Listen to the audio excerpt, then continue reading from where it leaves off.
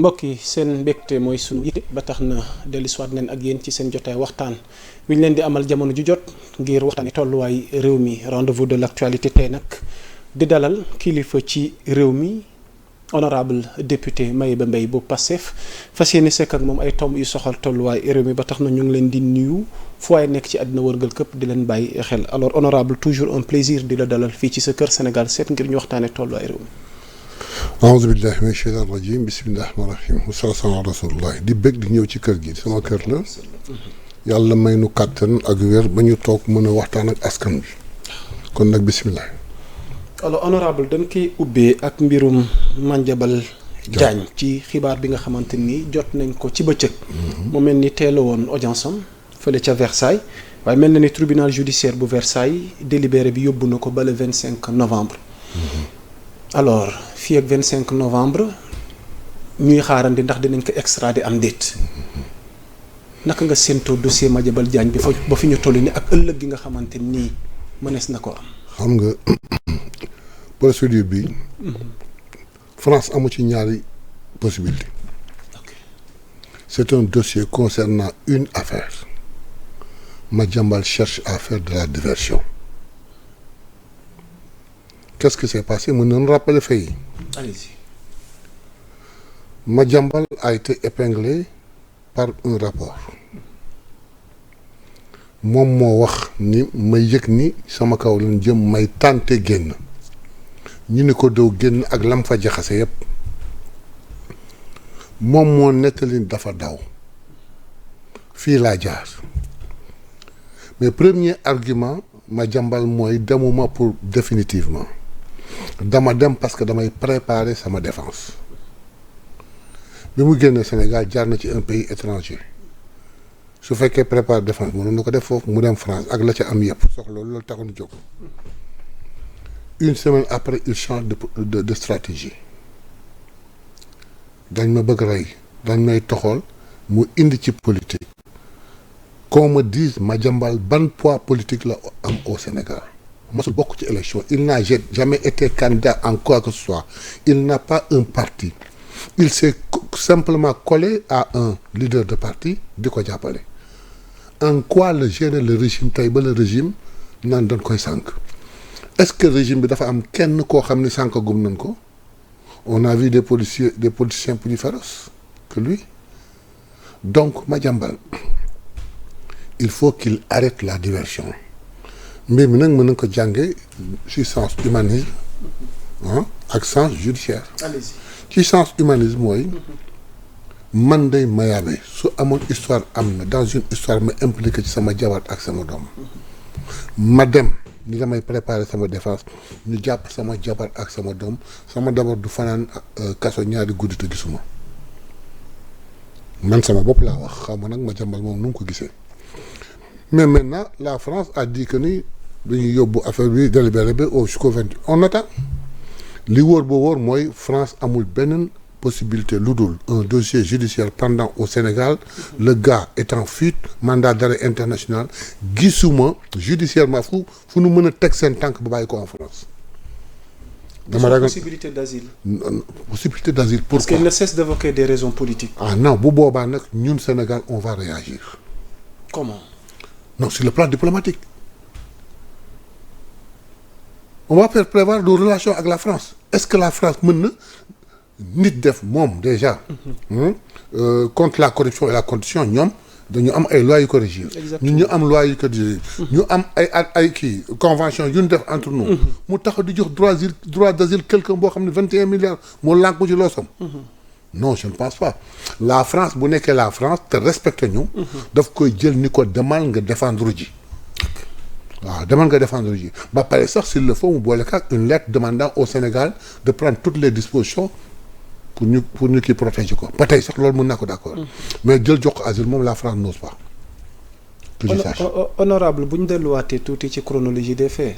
ci li waraloon coow li ak une certaine presse ba suñuy naataango ñu teg leen ci loxo ci interview bi ñu ko accordé loon en tant que fugitif mel na ni am na pas mal de révélations yi mu wax ni des contrats d'armement par-ci impliqué waale Ndeye Khady diggante ak Ousmane Sonko ak yeneen révélation affaire Sweet Beauté jokkoon na fekk général Birame li mu yor ci dossier li mu xamal alors buñ ci delluwaatee tey lan ngeen jàpp ni tey Madiambal mu jaral ko mu dem toog France ngir lu mu xam la.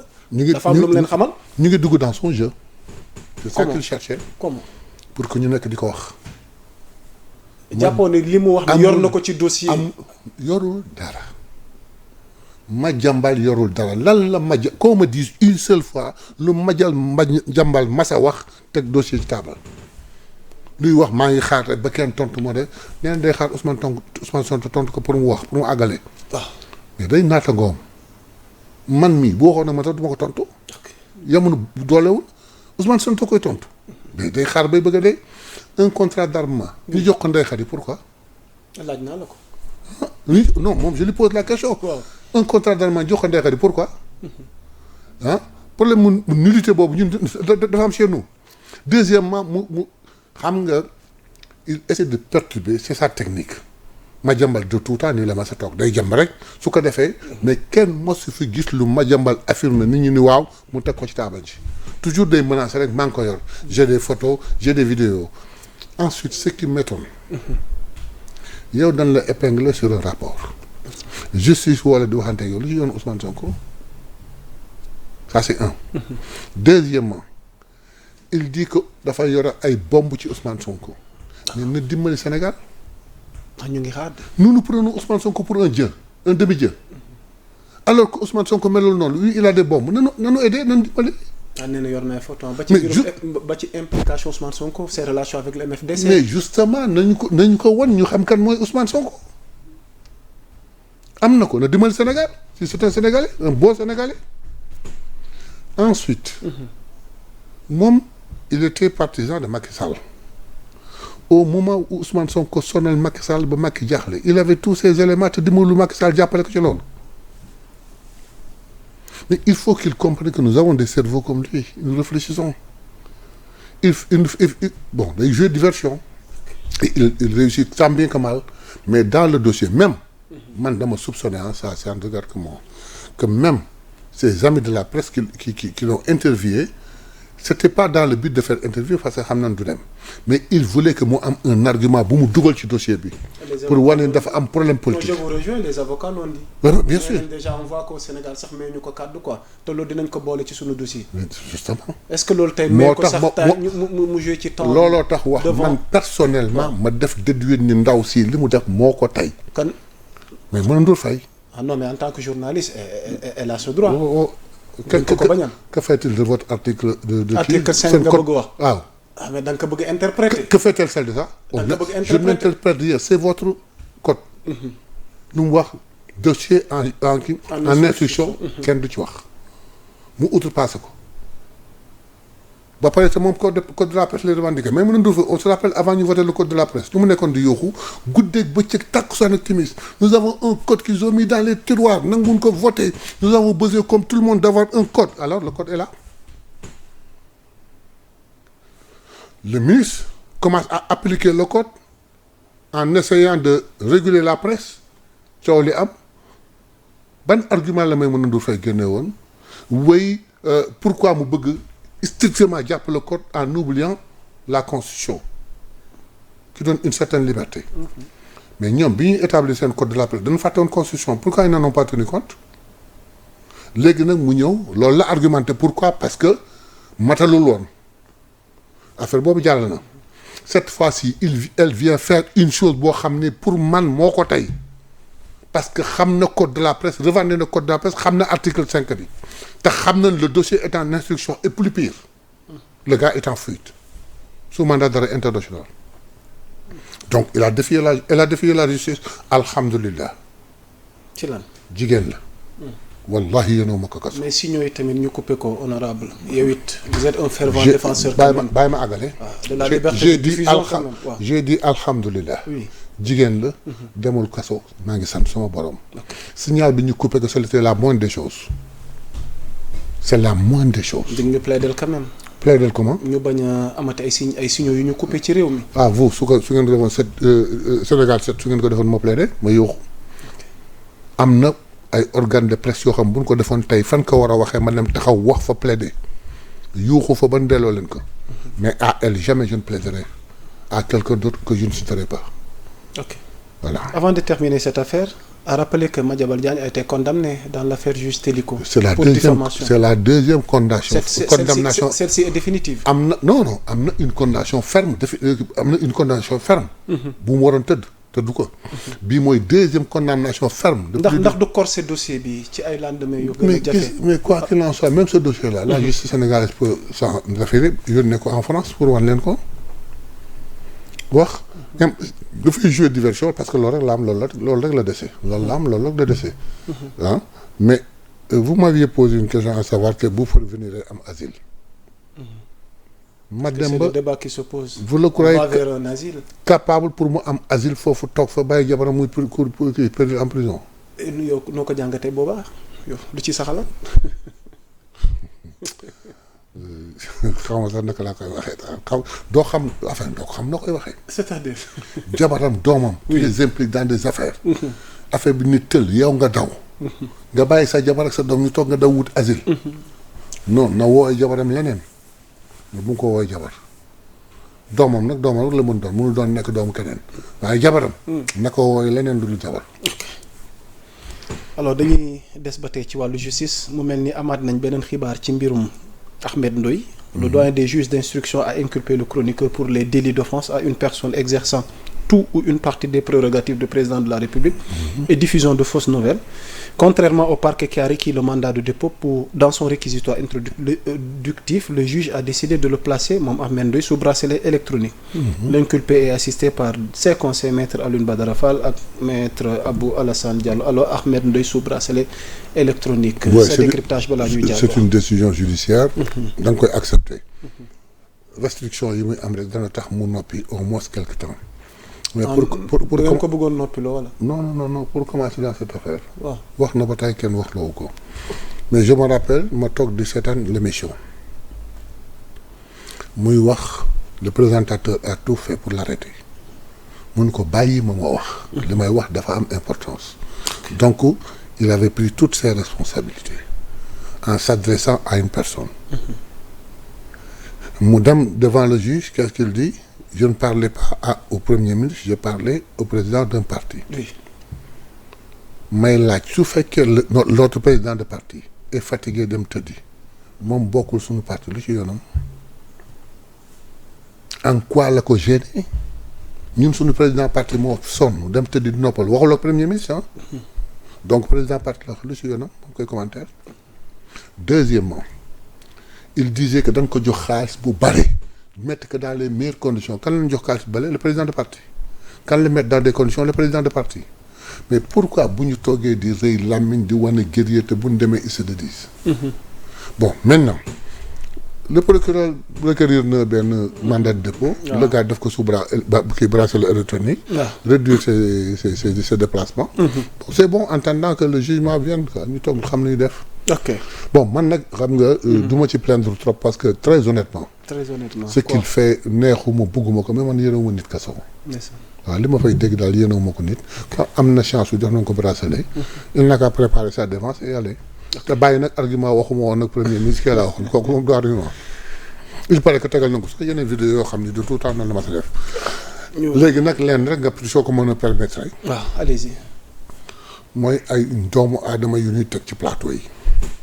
tudde leen chroniqueur. ma bëgg xam ñooñu. mat nañu 7 à 8. kenn ku ci boo xëyee luy sa liggéey. amoo porte amoo place. sa place yëpp mooy toog sa plateau di wax. di sos ak di wax pourquoi parce que mën nga wax sañ nga wax.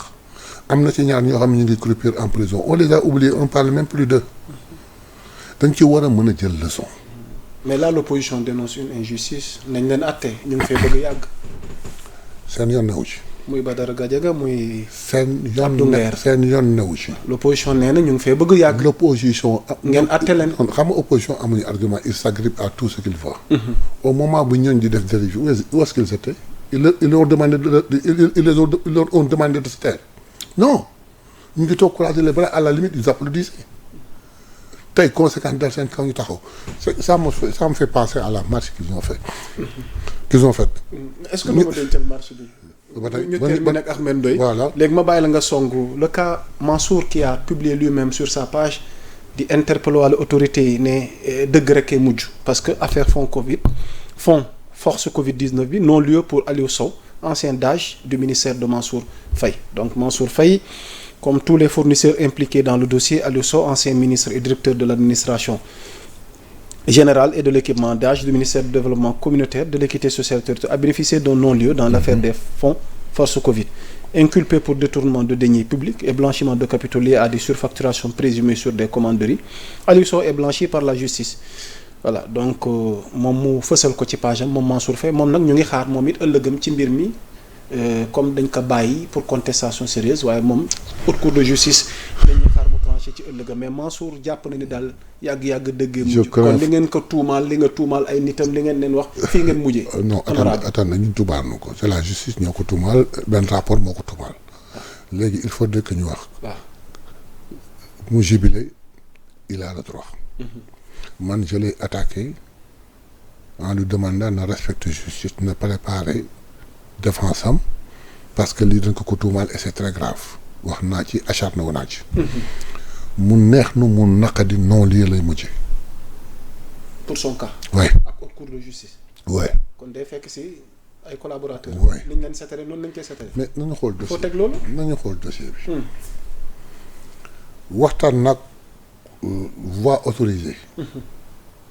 mu wax ma ni ma dossier bi surfacturation béton la mu ni ma non astafurlah c'est du kii comment est-ce qu'on dit c'est du toc quoi c'est du toc astafurlah ma naan béton c'est du toc mais comment vous en êtes arrivé à ce niveau non ce n'est pas nous c'est la l'IG da nga sax def naa kan moo defoon kii bi sax rapport bi Cour des comptes moo def rapport bi pour ñu wax lu tax ma wax ni mu neex nu mu naqadi non lii lay mujjee Cour des comptes moo basé wu sur un fait kii def na ay achat mu basé wu sur un arrêté caduc pour arrêter des prix qui diffèrent avec les prix yi Mansour jënde mais soo ko xoolee ce qui est frappant mais mënoo xalaat lu dul sur facturation ils s'en sont tenus def seen rapport joxe yëpp comme ay moroomam yoo xam ne sur yeneen fay mais si fait boobu concerné Mansour ñëpp ñi nga xam ni joué nañ ci un rôle surtout son DAGE là ñu jàpp ko au premier coup le juge instructeur xool kenn convaincre ko mu mettre leen ñoom ñaar ñëpp sous mandat de dépôt mais force est de reconnaître le travail des avocats de Mansour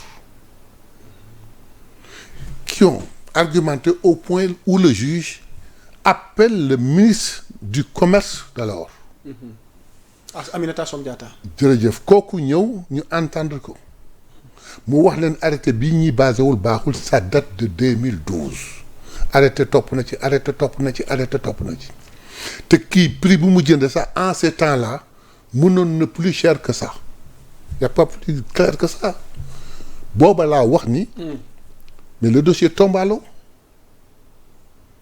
juge bi gis ni dossier bi su amoon un poids 1 tonne mais amatul 5 kilos première décision bi mu def mooy may kii liberté provisoire mu dem këram. pour contestation sérieuse. ba tey voilà mu xoolaat argumenté gis ni kii kon ñi ko boole woon taqal mais kii du ci dara mu bàyyi mu dem mu des di xool mais la mu xool ba bàyyi kii mu dem la mu xool ba may kii mu dem mais loolu lay xool ba bàyyi kii mu dem dossier boobu sax tombe à l'eau am na nag ñoo xam ni ñu ngi wax ni député yi dañ ci am wàll. ah ci laa doon jëm. moo tax mooy anticiper. allez-y. député yi amuñu ci benn responsabilité. ah bon honorable. je m'explique. allez-y. rapport am na une structure très respectable. ñun xamuñu fu mu basé rapport na. li wóor boo wóor daal mooy accusation mooy surfacturation. mu saisir la justice de droit. justice dem ba koy bëgg laal mu nekk dossier bu tàng. sañu ma ko woow sañu ma ko laaj sañu ma ko wax ak moom parce que au moment bu lii di am mi ngi doon exercer fonction de ministre et c'est dans le cadre de son travail comme ministre la lii amee donc yoon mayuma ma laaj ko ndare du dama ñaan permission assemblée mu yónnee nu dossier bi ni dama bëgg ngeen defal ma mise en accusation pour ma mën a wax ak moom ñun on est parti dans un esprit très clair ñu diviser la poire en deux une structure normale et respectable nous demande dégg na un ancien ministre boo xam ne mi ngi ci mbir boo xam ne dafa jaxasoo bëgg naa ko déglu nous lui donnons la possibilité mu déglu ko cet ancien ministre nous lui donnons la possibilité d'aller s'expliquer tey ça s'est très bien passé pour lui donc en quoi la ci député bi joué un rôle yokkul accusation wàññiwul accusation enquêtul deful rapport il n'a fait que donner la possibilité à la justice de mener son travail à l'inculpé de se défendre mu finir fii en quoi le député est concerné et dans l'avenir d'ailleurs dans notre nouveau règlement intérieur avant même dénouement bi di génn nous y avons mis une chose maintenant si vous nous demandez de lever de mettre une mise en accusation pour un ministre ou bien ñu lever une immunité parlementaire pour un député donnez-nous au moins une partie très sérieuse du dossier ñu étudier ko xam ko ndax jar na koom jaru ko dëgg la alors honorable balaa ñuy jeexal justice bi ñu ngi war a dugg ci beneen sujet ndax yeneen dossier wala yeneen ëllëg gi ñu jëm muy Mansour muy keneen ku mu mën a doon parce que depuis un certain temps ay revers ngeen di am ci pas mal de dossiers concernant ñi ngeen jàppoon ni dañoo jëloon ay deniers ci réew mi. ndax finalement lii suñu kanam tamit du doon montagne yu accouché suuf. waaw non xam nga soo nee bientôt 2 ans. non attendez boo nee ñi ngeen jàppoon. mais loolu gis-gis la tamit li ci ëpp ci askan wi askan bi noonu lay waxee. waaw askan bi noonu lay waxee mais ñun jàppuñu kenn. jàpp leen kenn. déedéet nous n'avons même pas fait rapport sunu nguur. jàppul kenn deful kenn rapport. nit a fi waxoon fa am na dossier yoo xam teg naa sama kudd ndax yooyu ci la bokk xaw ma li wóor boobu mais quand les nouvelles autorités sont arrivées gis nañu ay dossiers ay rapports yu am ñu jàll ko fa mu war a jaar et la justice est en train de faire son travail bii ñëw na ah c'était du toog jàll na loolu laa ko jàppee mais yeneen yi man par exemple sama point de vue personnel laay wax Mayabé en tant que citoyen simple quand on prend un ministre un ancien ministre qui a servi le Sénégal ñu koy toppee 50 millions di ko yóbbu haute cour de justice mais je ne suis pas d'accord. Pourquoi? Je me plie xam la aux normes et aux règles mais man j'aurais préféré ñu woo ko en médiation su fekkee am na essai avéré mu def médiation dem on permet à d'autres qui ont fait des centaines de millions des milliers de millions kii la leen may nañ leen ñu def médiation pourquoi moom woowuñu ko à la médiation par exemple ça c'est un des exemples. Par contre ñeneen ñi nga xam ne nag c'est des 1 milliard 200 et consorts j'espère que le dossier est du béton et que bu boobaa on parviendra à récupérer notre argent parce que c'est le seul but nag le but n'est pas de les mettre en prison le but c'est de récupérer notre argent. Espérons bien ça. Alors honorable nag léegi dañuy bëgg a dugg ci xew bi. Parlons à présent. ban xew. le 8 novembre. ah yam lay xew le 8 novembre. bien ñëpp nee nañ le parti Pastef dafa xewle sous la houlette de leur leader le président Ousmane Sonko. yàggul dara mu defoon sortie annoncé bés boobu. alors coow topp ci polémique. léegi bés gi ñu jëm. du ñàkk am na ay secret yu mu làmbool am na lu nu ump ci li ngeen nar ci bés bi. am na lu nu ump ci moom li mu nar a wax. ku ci nekk yaa ngi ciy demee gis-gisu météo. lii la nar a wax lii la nar a wax dafa mer fii. Alors, honorable, à votre niveau, en tant que membre éminent de ce parti, déjà, wàllu organisation bi naka ngeen di. fa laa jógee jaar naa fa tout de suite. naka état des lieux. donc état des lieux c'est fantastique seet na wecc monté nañu chapiteaux yi xale yaa ngi fa. ñu ngi couvrir on me donne des renseignements comme quoi waa Patte d'Oie dañuy teg 20 mbanat pour que. servir ñi nga xam fa la booy yi fa war a añee wala yi fa war a reer tout de tas de choses sur le plan organisationnel. Alors ça devient grandiose là. Ah mais non attendez nous voulons faire une chose exceptionnelle lu masul am Sénégal. À quelle fin? Bon mais il y a un problème. Lequel? Il y a plus de 4 mois ou bien 4 mois. kilifa Pastef Ousmane Sonko dajale na le bureau politique nit amoon na benn léthargie entre bi ñu faloo ak tey ñu délaissé le parti looy def da nga koy tal donc fekk nañ ci réew mi situation boo xam ne tal nañ leneen lu dul wax parti bi tey nag jubu bi la fal bis boo ko watee folle ko mbaa di nga gaaw folle ko il faut qu'on retourne parce que maa ngi koy wax c'est une série de paix et même le paix nous suit jusqu'au parking c'est un paix. Exactement. Tout est parti d'un parti Pastef ñu defar un projet voire un programme soumettre que le peuple mu jox nu le pouvoir yóbbu Diomaye au palais il ne reste am na paix boo fàtte war ko ci yokk. mooy paix coono bi prison. Très bien la prison avant le palais là. Très bien tout ça c'est des paix la prison tout est paix maintenant nag léegi nag benn paix moo ci des. mooy ban le peuple. Ousmane en 2014 à la naissance du parti. Il a la responsabilité d'avoir dessiné benn autoroute. De vérité, de promesses et de renaissance des espoirs du peuple. mu ni ku ànd ak man ci autoroute bi ngay jaar doo ko wàcc pour aucune raison oto bi nga war dootul wàcc autoroute bi. dafa mel ni diggu la ñu route nationale mais beneen PD di kat péage ngeen jaar. péage jërëjëf beneen péage nga suñu àddina péage bi est-ce que mujjul cher nag. non xamal tax. parce que tout à l'heure on va venir sur les critiques de l'autre côté. ay carte lañu yor péage du cher ay carte prépayée lañu yor. ok léegi. mu ni il faudrait qu'on retourne. ok d'abord il faudrait qu'on revoie ñu def renouvellement des structures de base. ok il va falloir qu'on revienne dans le parti. qu'on marque plus de présence même lui. Ensuite il faudrait que gars ñi namm nañu parce que j'entends des échos de partout que nit ñi namm nañ ma mais man maa leen gën a namm.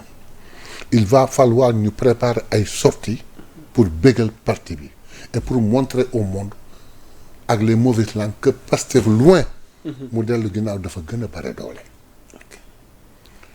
ñu continuer processus bi mu woote azalaay ñu monter l'instance la plus importante du parti mu profité waxaale ay wax ñu continuer ñu dem mu toog ni jot na mu woo structure parti bi kenn par kenn de député yi coordonnateurs yi ñii mu woo ñëpp mu wax ni jot na on va dans quelques jours on l'a préparé dans quelques jours nga lii di rey nit ñi nii wallahi bi ñu ci waxee matul 10 jours matul juste c'est le jour bi nga xam ni moom la def annonce bi il nous l'a dit la veille en tant que député il me l'a dit la veille le lendemain en tant que membre du politique il me l'a dit boobaak léegi dafagul 10 jours mu ni on va faire il nous donne le lieu il dit giga il dit non ce ne sera pas un giga mais un terra meeting et il y a des choses très importantes nous allons parler de politique nous allons parler de parti et nous allons parler de l'État ñetti thèmes yooyu mu log date bi on lui pose la question waaw mais dans tout ça vous dites dans quelques jours comment il faudrait que ñu bañ ñu bett il dit je vais parler demain su ma waxee demain respectant le peuple ñun ses responsables ses collaborateurs il nous annonce la date xëy na bokk wax na ko organisateurs yi mais ñun ñu date bi ñoo ko xamandoo. ñu nekk askan bi. ñoo ko xamandoo. sauf que rek. ku mel ne man. ci biir waxam def na benn lapsus bu ma wan ni le 8 la mais waxuma ko donc. du leneen moo tax processus la buy continuer. te Dakar la am na yeneen yuy am hors de Dakar toujours dans le calendrier mu coïncider. ak mu fatigué. C'est Ousmane qui nous parle. Il va voir son patron le président de la République. ñu waxtaan dans seen amicalité boobu. il faut ma noppalu. j'ai besoin de lundi mardi mercredi jeudi et vendredi. su ma ci doolee samedi bi ak dimanche bi rek c'est bon. foog ni ko je crois pas que loolu doy na. est-ce que doo ko def 15 il dit non une semaine ça ira. coow li bëri woon na de. ba pare kooku inspiré wu ci je prends en témoin les ministres en conseil des ministres il dit au ministre il faudrait que trouver un moyen de vous reposer. parce que xam nañ depuis 18 mois noppalu woonu. mais ñooñu ñëpp ni ko ça peut aller. il se repose le lundi le mardi le mercredi. le mercredi après le conseil son patron dafa jóge palais waa ko ñëw fekk ko na toog waxtaan ak moom. kon bis bi amul. waxtaan ak moom démission amul ci table Diomaye. ah vous avez dit le mot qui inquiète le Sénégal. Ousmane ba mu n'est même pas écarté ba non ci bés non non xaaral xam wax la moo xal kay. keroog bi mu woowee njabootam kiñ faat. wax ni ñi nga xam ne doon yaakaar ni mën nañ jot sama orgueil afin que je démissionne dañuy nax seen bopp demuma fenn. demuma fenn boobu mooy dund ba tey demul fenn du dem fenn te ñun magi Pastef benn instance parti du ko bàyyi mu dem fenn c'est clair kon démission nekk ñëpp dindi seen xel sànni. li am mooy sama interprétation Ousmane dafa wax dafa jëf tracé autoroute bi ma la wax mais bi Diomaye falo dafa toog wax amicalement ni que monsieur le président mi ngi nii on a un excellent président un bon président mais sama rakk la bis bu demee ba xam ne gis naa loo xam ne ni may bëgg a jaaxal ma jàpp ci nopp bi waxin la seen Diomaye ni ko su ma demee ba am lu ma jaaxal ba mën na réer ak yow ci politique bàyyi ma ko gënal nit ñi dañuy fàtte xanaa fii la ñu fekk de. diggante bi Ousmane du magu xamoon naa ko magu waxoon naa ko la am na ñoo xam ne ils veulent faire comprendre au président que tu es le président de la République defal comme bu fekkoon Ousmane da koy entraver et ils ont jubilé quand Ousmane a gagné les locales les législatives pensant que Ousmane allait abandonner la primature et aller là-bas kii comme ça ñu am seen champ libre ils ne connaissent pas Diomaye mais noonu ñoom foofu Ousmane a préféré rester à la primature ñooñu identifié nañ ci yu bare c'est une partie de nos alliés une fine partie de nos alliés quelques éléments de Pastef. Vous me dites quelques éléments J'ai de Pastef. J'ai dit quelques éléments de Pastef. Dans ce jeu-là. Oui. Contre le Pastef. Ouais. Non, contre... Pas contre le Pastef. Mais contre la présence de Ousmane. Au sein. Là-bas à la primature. Ok. Il préfère que mu dégage. Alors les choses deviennent sérieuses. Hein? Ba pare am non. Amagul benn problème. dañ nekk rek di wax. mais des éléments de Pastef. Les alliés. waaw. ah mais moom doy na waar. tu sais bi ñu paree. lii raam fan la jëm. même fenn du dem fenn. du dem fenn. dégg nga sorti Abdourahmane Diouf récemment. su lañ jëm. gis nga yeneen alliés ni ñu waxee. parce que dafa mel ni nga yéen da ngeen leen a bëgg a déjjati. xam nga kuy sëy xam nga Diomaye président amul sens waratul exister. xam nga kuy sëy. waaw. dañ naan la boo demee bul wut xarit defal sa jëkkër sa xarit. alors loolu la fa wax de. bu jëkkëram demee ba gis ko suba su yeewoo dugg ci koñ bi di xaritoo mun ko hey yaa ni woon sa ngoro la nan nekk xarit tey ci sëy bi bul déglu beneen xarit sàkk day prévoir parce que nopp bu yàgg déglu dana dégg muy wax magum waxoon naa ko loolu la dañuy prévoir balay ñooñu seen pexe di antu doo xaar ba seen pexe di antu ngay wax moo tax mu joxañ leen kiim falaat joxañ leen ni leen xam naa li ngeen di wax xam naa li ngeen def et vous croyez que damay demuma fenn fii laay toog te demuma fenn boobu mooy woy demul fenn ñu yebal Boucar non Boucar Bougar Diouf Bougar waaw il faisait partie de la coalition ngeen génnee ko non ne déet wala génneewu leen ko nous ne gérons pas la coalition dàqu leen ko Diomaye même ne gère pas la coalition il était dans la coalition baal ma rek bala may àgg foofu xam nga coalition regroupement la rek ay nit yoo xam ne ils sont plus ou moins responsables di nga ci gis benn yaa Moussa boo xam ni jekkul mais am na doole politique boo xam ni mën na livaar rek le leader de la coalition mais comme jekkuma te moom li muy wax doy na ma naa ñëw jàppale ko boole sama dooleeg dooleem bokkul ak Mayaabe bi nga xam ni benn mouvement la yore wala benn parti boo xam ne amul 9 personnes saagam la yore ak email am et pourtant maag yow wala ñooy daje ci conférence de leaders et j'ai la même voix toi ces gens-là dañu yaakaaroon ni comme ça se passe toujours hein, dans une coalition bu ñu jëlee pouvoir bi le gâteau est là on partage. Je vais vous raconter une anecdote. Allez-y. Avant may continuer. On est en 2019, on prépare les élections présidentielles. Ousmane Sonko est candidat, j'étais dans son cabinet. Vous vous rappelez la grande coalition de Idriss Seck? On s'en rappelle. 90% des gars qui sont allés chez Idriss Seck, c'est moi qui les ai introduits Ousmane Sonko recevoir leen. Ah bon? maa nekk ci cabinet bi man ak Fatima ak Djibi Gueye Ndiaye 80% des gens qui étaient dans cette grande coalition maa leen introduire Ousmane Sonko recevoir leen fu waxtaan bi yàqu quelle sera sa part du gâteau ban part la yem une grande part une petite part Ousmane a été toujours fermé hey fii gâteau amu fi je ne suis même pas sûr que toi tu peux être ministre ou quoi que ce soit on va dégager ces gens-là viens soo mënee nga jàpp soo mënu nga dem je ne te promets rien nga ne waa je n'attendais pas moins de ça parce que xam naa ne nii mais c'est bon ok y a pas de problème donc on se rappelle le lendemain mu dem nga dégg ni ma nga sa Idriss Seck et Idriss Seck lui promet une part du gâteau ñii coalition bi Diomaye président ils ont cru que ni loolu lay demee nous avons trop même au meeting de clôture j'étais malade et j'étais dans ma chambre dans mon lit l'affaire s'est passée à Mbour Ousmane leur fait ne comprenez pas que parce que vous êtes de la coalition demain on coupe le gâteau kenn ku nekk paaram du am Bougane xaar na ba taay jotul gâteau xamul sax fu mu daggee gâteau bi mu commencé di wax mais comme il est insignifiant kenn xamoo ko kenn déggu ko mais une grosse pointure va sortir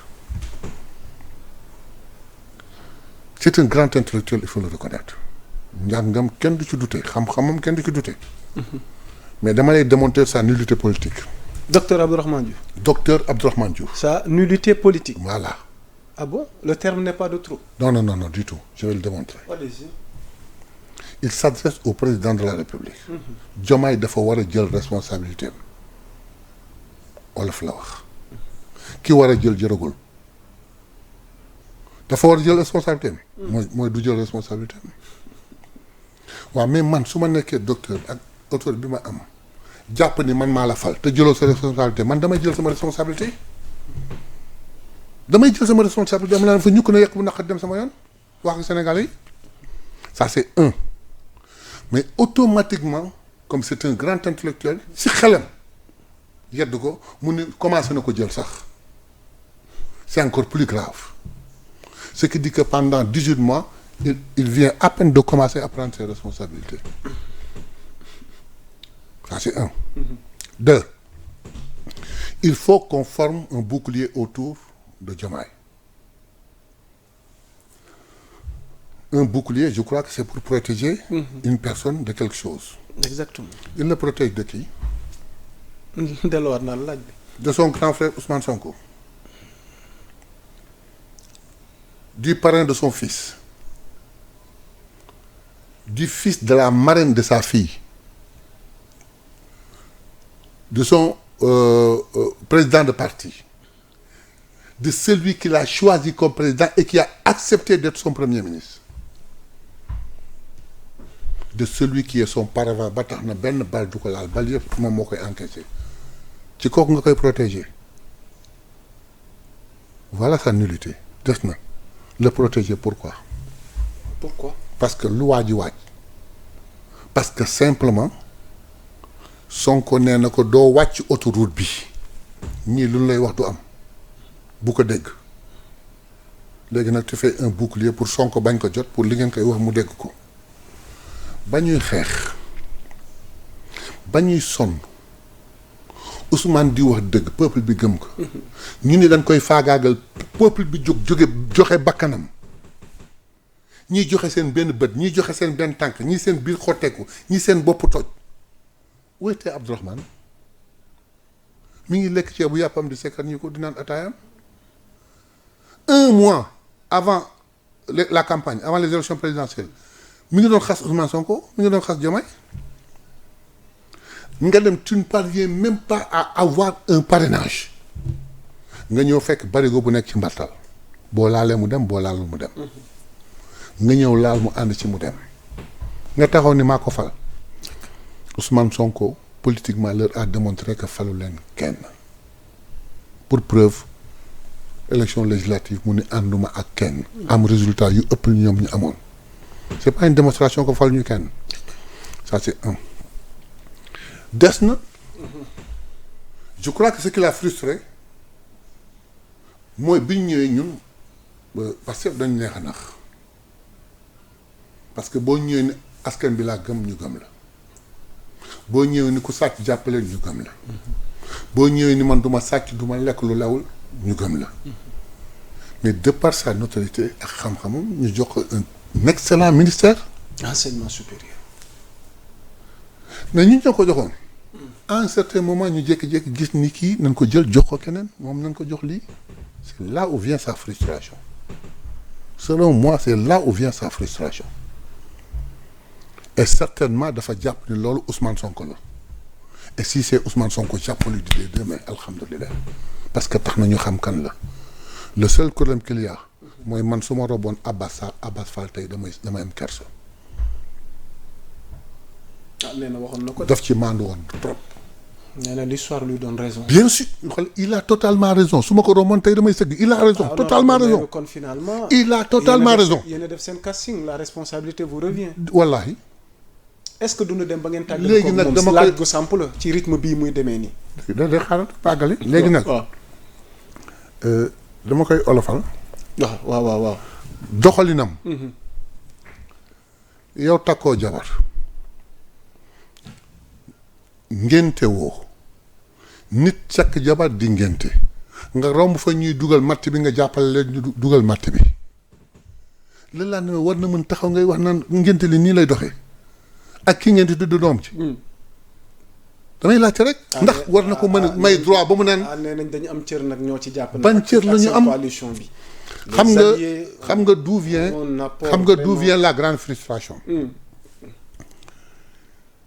une bonne partie de la coalition ñu ngi fidèle ils font un excellent travail ñu dem mais une partie dañ ni woon même bu ñu amagul dara nañu xaal local yi nañu xaal aussi législative bu ñu xaalee législative dinañ ci mën a am 3 nga caser 2 ou 3 Ousmane pour les démontrer ni doo leen excuse-moi su ma nee doo leen dara damay tooñ ñu bare pour wane ni bokk nañ ci fal bi mais suñ ci doon jox pour su pourtant d'ailleurs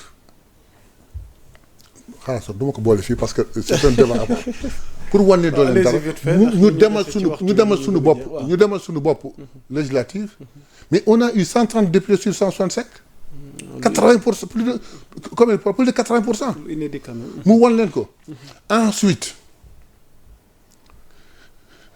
léegi nee na moom ñoo fal Diomaye yow nga dem amuloo parrainage nga ñëw la nga am ñu yóbbaale la ba nga am ci poste de responsabilité yéene naa ko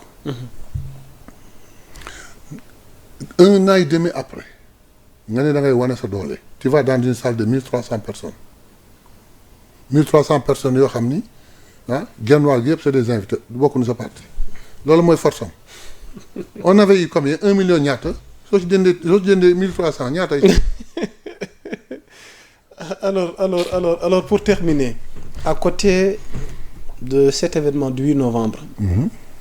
Opposition ne ñoom dañu croiser les bras. ñoom itamit dañuy woote honorable Mayebe li ñuy tuddee ñaxtu national. mais c'est normal. waaw nee nañ vraiment daal ñoom it dañuy ñaxtu parce que.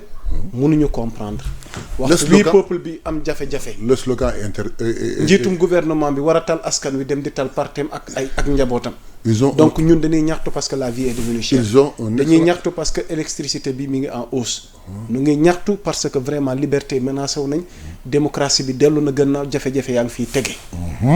alors tey. léegi ndax jàpp leen ni cette opposition là le 8 novembre surprise nar na am. non ñu terminer foofu.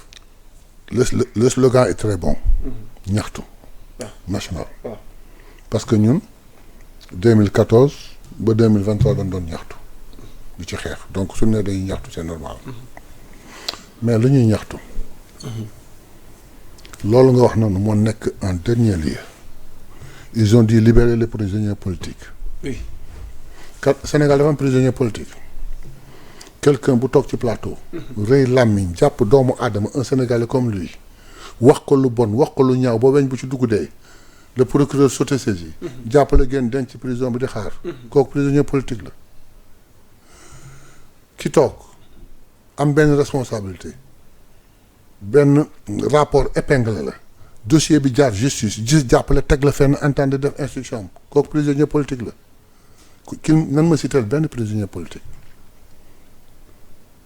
Farba Ngom sentif jàpp ko muy brasser ay milliards et milliards des milliers et des milliards si quelqu'un boo xam ne dellu remonter 12 ans avant da doon sotti mbër ay cubukaayam. Il devient multimilliardaire. mu présenté c'est kii expertise médicale ngeen bañ. J'en viendrai après tu dencal ma question c'est important il faut que j'en parle. léegi ñooñu léegi qu'il me dit dans leur ñaxtu là. les prisonniers politiques nan ma wax ñan ñooy prisonniers politiques. parce que ñaar ñoo mën a si yëpp kenn du ci premier. Ils disent la vie est chère. nan ma wax ndax dañuy jënd ceeb dëwlin tomate et consort lu ëpp li ñu ko doon jëndee sous l'ancien régime. à la limite sax wàññeeku na tuuti. je suis d'accord nag avec eux sur une chose. mois passé ak mois bii. électricité bi xaw na kon nakkatul oyofal diisal d'accord nga. non d'accord ba diisal. diisal amul dafa woyatuwul waaye diisagul. mais waaw 2 jours avant ngay jëf marché bi. mais une voie autorisée taxaw ni la dans quelques jours ñu wàññi électricité bi. c'est des annonces honorables. ah on n'est pas encore dans les faits. Là vous êtes d'accord avec moi. bien. waaw yéen a ngi rafet na te yàlla na sotti waaw fi ñu yegg yëpp. waaw. Ousmane mas na annoncé. cherté bi ngeen annoncé ne da ngeen di wàññi ngeen. mais là on est ci annonce tuuti lañ ci mënoon wàññi. waaw te c'était même pas possible c'était presque impossible. on a fait l'impossible. à présent on a dit dañ koy wàññi. ok. mais rafet njort. boo rafetal njort xaaral. sur soir de 15 jours 20 jours. nee na dans quelques jours la wax. ok quelques jours c'est moins d'1 mois certainement. pour moi quelques jours c'est moins d'1 mois. mais muñul. ok si dans 1 mois gisoo ko nga ne yaa woon quelques jours ça fait 1 mois ëpp na. du dëgg. alors gisoo ci surprise parce que. déedéet li ma des ci dafa am waxtu loo buruxaloon léegi. waaw expertise médicale Farba Ngom bi. jërëjëf. mais nangu nga ni dafa tawat ba wane preuve tawatam ne xajatul kaso. avocat mi sàkku liberté ça ne lit pas le juge amul benn texte bu ne juge bu la wane expertise médicale bàyyi ko. yoon nee na. def na nu mu sax pavillon spécial. waaw. mais ku feebar. ba nga xam ni il paraît que sax da nga war a am assistance régulière. xayitoo kaso bi d'accord na. il a la possibilité de se faire consulter par un expert d'accord na. mu fay contre expertise d'un expert ku d'accord na. mais da nga ko yóbbu pavillon spécial. ba pare accordeel ko son médecin ah. s'ils sont 10 ñu relayer chaque 2 heures de temps par personne ku la nekk ñëw ñu may leen ko mais damay ñibbi sama kër. ku feebar doo yóbbu si kër hôpital nga jëm bu feebaroon këram hôpital la nga koy yóbbu pavillon spécial hôpital la. deuxièmement. mais Farba bi ñuy yuuxu ba ni yaakaar man defoon na chaque jour saa yu ma yeewoo damay jàpp gaawantu lu xool ba xam pour man Farba dee na. on n'en parle même plus parce que ça n'a pas marché kon Farba feebaratul. da nga jàpp ne stratégie la. oh non c'était d'une façon de parler. ok ça n'a pas marché génn na ci. ok léegi nag waaw. man li ma koy wax. waaw. tappale gi na ko bàyyi. 100%. tappale jàmm. tappale man dafa tappale laa jàpp. ok. na toog woo ay avocat am na ko mën na ko. na wut avocat yu baax yu toog teg dossier bi pièce par pièce. jàngat ko waajal ko ni dossier ni avocat wu waajal sa ndar def. ngeen jàngat ko yëpp benn bu ngeen wut argument demee bu la juge bu wooyee. su nee lii nga dindi sànni sa àll ba. su nee lii nga dindi sànni sa àll ba. su nee lii nga dindi sa àll ba mu jeex tàkk amatul argument non lii nga dem ñibbi sa kër lekk sa ceebu jën. waaye toog di yoo xoog dafay nit ñi di joxe xaalis yu bari des centaines de millions ñu lay manifestateur libéré. ça ne marchera pas. ça ne marchera pas. ok on termine avec une contribution de Pape Matar Diallo. depuis ce matin bi mu génnee polémique gi nga ciy am ci ni mu xalaatee jàpp ni vraiment honte à ceux qui festoient quand le peuple souffre ñu ngi jëm le 8 mu mel nii da ngeen di tala def ndaje boo xamante nii au même moment il y a le peuple qui souffre. Tu sais man nag du ma gaaw a changer jàpp bu ma jàpp nit Pape Matar. Il a toujours été très percutant et très pertinent. Mais j'avoue que 2 mois yi. il se comporte d'une manière boo xam ne je ne le crois plus. day contre-pédaler. Nous avons appelé à une fête. C'est comme ça il l'appelle, une fête. Le peuple souffre, c'est quel peuple qui souffre? dund gi dafa gën a cher temps Macky. ah école yi dañ tëj. marché yi dañ tëj. salaire yi kenn fayu ko. transport bi doxatul. Pape Matar ils me disent ban souffrance le peuple di souffrir. On veut bien que li ñuy dund ñu dindi lu ko dàq. moo tax ñu rey suñu bopp di redresser le pays ah di impulser le pays pour accélérer la procédure afin qu'on aille vers un Sénégal vers le développement. ñu toog pendant 18 mois amuñu benn rassemblement bu gën a tuuti. Le parti par lequel nous sommes passés pour être élus ñu ni dañuy rassembler waxtaan def une communication il l'appelle une fête. Pape Matar bi mooy bëgg a jaaxal.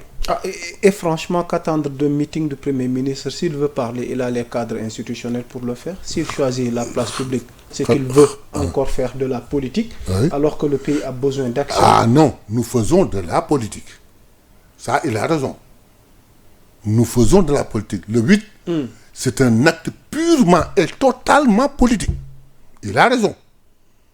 On va donc mobiliser des gens toute une journée pour chanter, danser et crier des slogans pendant que les écoles manquent de tables, que les hôpitaux manquent de lits et que les familles manquent de pain. Il y a vraiment problème. J'allais oublier. Mais il serait temps que les fonds politiques servent enfin à quelque chose d'utile. On parle de rigueur, de rationalisation, de modestie, mais toujours pour le peuple, jamais pour ceux qui dirigent. On applaudit des responsables qui se vantent de ne pas avoir acheté de véhicules de fonction, mais qui osent parler des indemnités de transport qu'ils perçoivent en silence. Ne prenez pas les Sénégalais pour des moutons. Le peuple voit comme Attendez, revenez un peu en arrière. Ils disent que... On applaudit. On parle de rigueur, de rationalisation, de modestie, mais toujours pour le peuple, jamais pour ceux qui dirigent. Oui. On applaudit des responsables qui se vantent de ne pas avoir acheté de véhicules de fonction, mais qui osent parler des indemnités de transport qu'ils perçoivent en silence.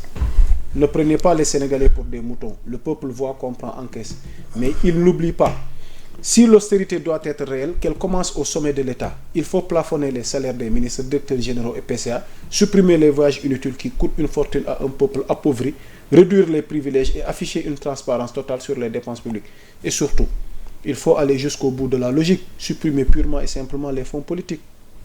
Bien, sur ce plan-là, sur ce qu'il a dit, on est totalement d'accord. Rationalisation. Non. Privilège. La suppression des fonds politiques. Ñu def ko ay fonds spéciaux. Ça, je te garantis. Bientôt 2 ans. Attendez. Pas plus tard qu'il y a 10 jours. Les députés ak ñu ngi ciy wax bu wéer dafay dañ koy effacer. Ça ne vous en faites pas bu fekkee ñëw na. Mais Pape Matar. Mais je ne comprends pas Pape Matar. Ah bon? Après 18 mois qu'on s'est sacrifié nelawuñu. lekkuñu naanuñu. Mais pourquoi en ce temps-là il ne disait rien? Quand Ousmane Sonko et Diomaye Faye étaient à 7h moins à leur bureau pour en sortir à 23h voire 0h. Pendant 18 mois, qu'est-ce que Pape Matar a dit? C'est pas un sacrifice pour le peuple. Et puis pourquoi ñu bëgg misérabiliser les personnalités du pays? Un ministre, un député. Mais pourquoi ñu bëgg leen jàpp comme ay xarum coogaan bu leen falati? Un ministre doo ko jox un moyen. Quelqu'un qui le matin jusqu'au soir nekkul ci lu dul lu jëmale réew mi kanam. Nga toog naan ay voiture de fonction. ñu bañ ko ba ministre dana am 4 véhicules. Tey ban ministre ko ñeme? nga toog ba sax Ousmane Sonko ci boppam wax ni écoutez à partir d'aujourd'hui ñi daan am voiture de fonction am essence am kii indemnité na dakk. Il ne fait que répéter les xanaa déggul expression boobu. Ensuite il faudrait que ñu xam leen il faut ñu respecter nos personnalités. Un ministre c'est pas n'importe qui. C'est quelqu'un boo xam ni yaa ko jël mu bàyyi ay fonctions wala dara ñëw nga nommé que ministre mu nekk au service du peuple tu lui donnes des moyens. Un député n'est pas n'importe qui. yaa ko jël fay ko pour mu toog contrôler l'action du gouvernement voter des lois évaluer les politiques publiques il faudrait nga jox ko ay moyens. foog ñu jàngal ko foog nga jox ko ay moyens. Le député qui vient de Saraya lu muy dugg transport en commun pour ñëw. À partir de jeudi on va entamer le marathon budgétaire. Ça va durer combien de jours jusqu'en décembre. Peut-être jusqu'au 31 décembre mën na ne. Il va délaisser son terroir ñëw résider à Dakar. Ou bien naka lay def pour dem dellu si. S'il a besoin d'aller écouter ce qui est revenu nu muy def tu n'as pas de moyens il faut qu'il arrête. Il faut qu'il arrête. Xam nga nous avons compris c'est une façon boo xam ni tu attires l'attention des gens sur toi. À un moment boo xam tout le monde parle d'une chose ñëpp àndandoo dans cette ambiance tu parles le contraire pour attirer l'attention sur toi. Mais nag je ne vais pas changer d'attitude. C'est quelqu'un que j'ai toujours estimé de par ses façons de faire mais nag je lui adresse un message que depuis 2 mois je ne le comprends plus. Je ne le comprends plus. dafa mel na il cherche à ramener la chose vers lui. su fekkee dafa am lu ko naqari na ko wax ñu xam lan la. ok honorable Mayebe Mbaye moo nekkoon ganu rendez-vous d'actualité bi amoon nañ mbégte dalal ko alors kilifa gi tàggoo bu dul. waaw tàggoo bi rek mooy ñëw nañu def ko j'espère que ça vous a plu. ñu engagé wu rek ni bés bu ñu ko yàlla mayee temps rek. incha allah ñu ñëw toog waxtaan. ci le plus correctement possible def une analyse globale de la situation. defal ko internet yi loolu rek lañ ci am nag. incha allah ñu leen di sant di leen gërëm. di jaajëfal Ismaïla mi ñu nekkaloon ci xare bi ak mboolem ñi nekk ci coordination bi l'actualité est en continu sur Sénégal 7 mbokk yi jaa ngeen jëf wasalaam.